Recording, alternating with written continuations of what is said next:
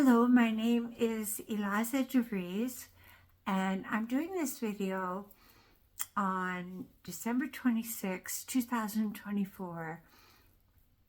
2 years ago at this time, my son passed exactly at this time. And I'm in a state of actual deep, of course, as a mama, missing him, but I'm in a really good space. I feel his liberation. I feel his joy. I feel his time here was done.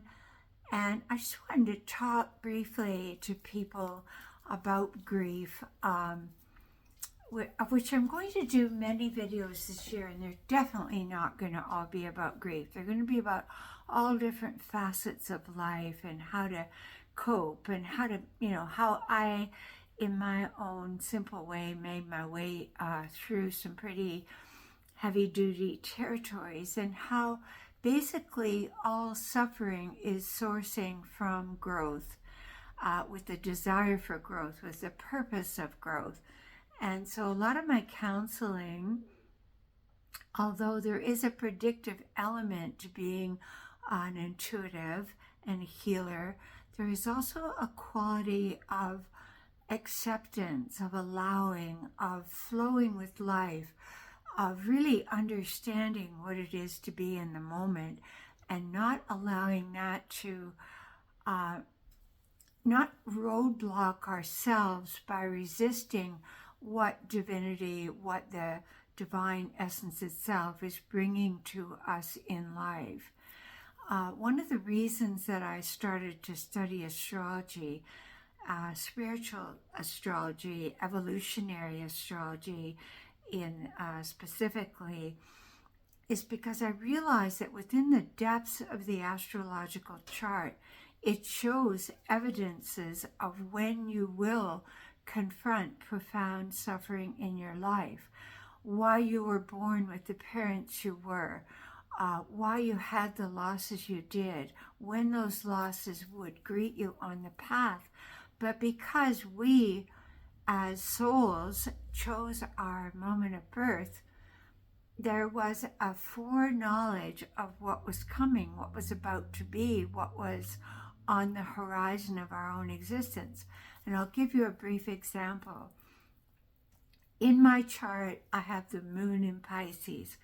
Moon in Pisces relates to our yin, feminine, subconscious nature. It also relates heavily to our mother. So if we have specific aspects in our chart to our moon, we go through specific either gifts from that mother, advances of our soul through that mother experience, or great suffering. My chart is Moon square Saturn. What that means is that you will have at some time in your life a great loneliness ensue through your something to do with your mother. And I look back at my chart, and at age 4.5, my mother left. And that was the exact time when my moon was exactly square Saturn in my chart.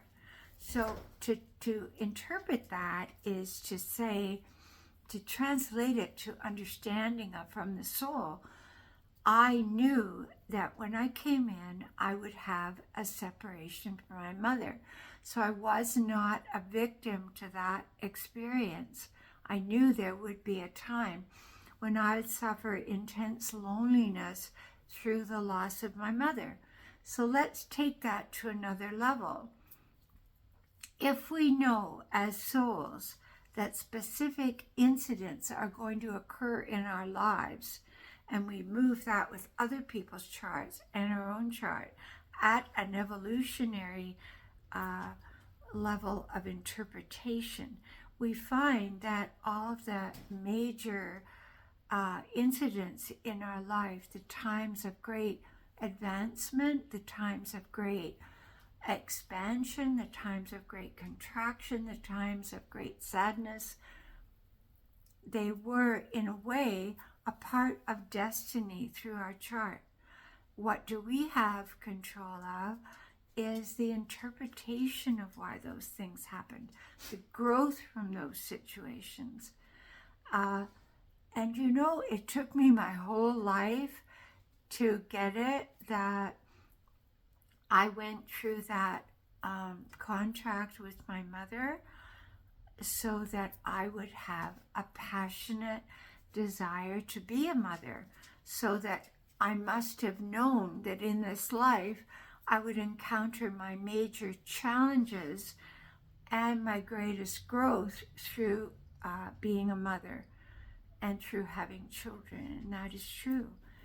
Now, I was blessed with amazing children. I'm always talking about them to a great degree, but they were really my teachers. They were the souls that came in, and through their going through immense suffering and leaving early, or Andre's situation, I had to passionately devote myself to motherhood. I had to grow through loss. I had to grow through what they suffered. And so as a result of all that, I came to a place of really deeply understanding that it wasn't the grief I was supposed to hang on to, nor was it my children I was supposed to hang on to. It was actually to gain an understanding of growth of what suffering is, so that I could then in turn not only mother my own children, but understand what my own mother had gone through and love her and not judge her, and realize that we had made a soul contract of separation at that time, so that when I came to a greater period of growth in my own life through the loss of my own offspring, that I would become a better person. I would self-purify. I would learn with my hard-headed Scorpio strength that I couldn't just be the survivor, that I couldn't do it all by myself, that I had to surrender fully 100% to my soul and gain the growth through letting go. Because Scorpio is a holding on sign. We're very passionate, and in our relationships we want to take hold of the relationships. We want to be in all relationships. We have an element of dominance to our nature.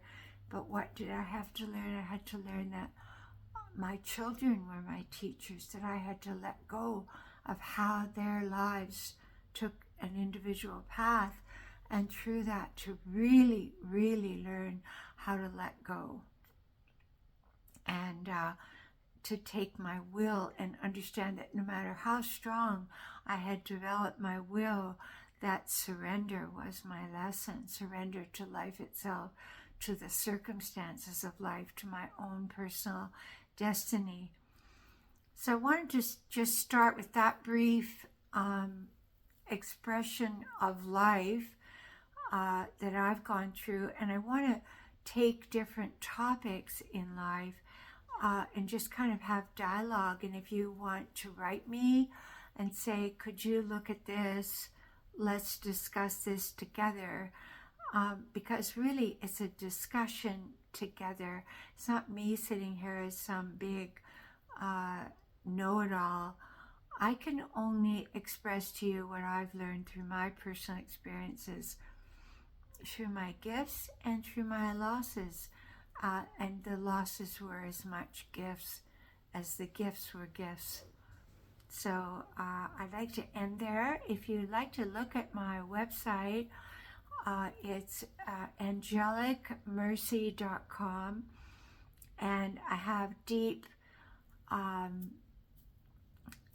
readings that I give with people. I do a lot of mediumship work where I talk with the other side, because through the many deaths that I went through in this life at a young age, or my children being at a young age compared to other mothers, I I learned a lot, and I was able to move through the dimensions and actually converse with my children. I just wanted to give a brief anecdote to end this video. Today, as I told you, my son died at this moment 2 years ago. And what happened? I was online today. The whole screen went blank, and up came the screen again with my son with his head back in absolute joy. A picture that a photograph he had taken of himself, and it was a hello. It was, that's enough. No more scratching the door. Come on, do you want to come in? Come on, you can come. No more scratching. That's my little girl Zaza, who wants to say hi. So here's Zaza. She's my little girl that sleeps on my bed. She's very, very old now and very codependent. Yeah. So thank you all. I hope you had a beautiful Christmas. We're going to do a lot of videos this year, and I really would like to co-create with you. I would like to hear about your experiences and questions, and let's dialogue. Let's have a dialogue. Thank you. God be with you.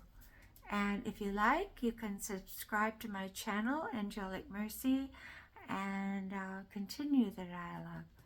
Bye for now.